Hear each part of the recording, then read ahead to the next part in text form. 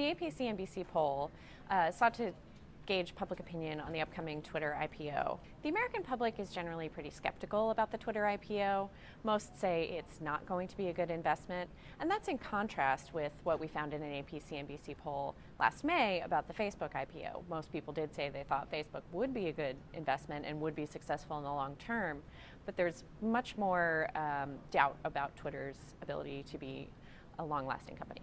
About a third say they think that Twitter will be around in 5 years, and there aren't that many people using it so far. Only about 20% of Americans say they have a Twitter account themselves, and another 10% have looked at the site to read someone's Twitter timeline or feed.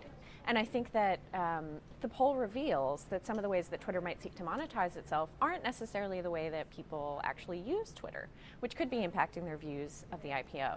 Overall, not many Twitter users say they use it as a second screen experience when they're watching live TV or sporting events, and only about half say they turn to it in the instance of breaking news. For individual investors, I think it's worthwhile to note that there's just not that much confidence among the American public that social media has staying power.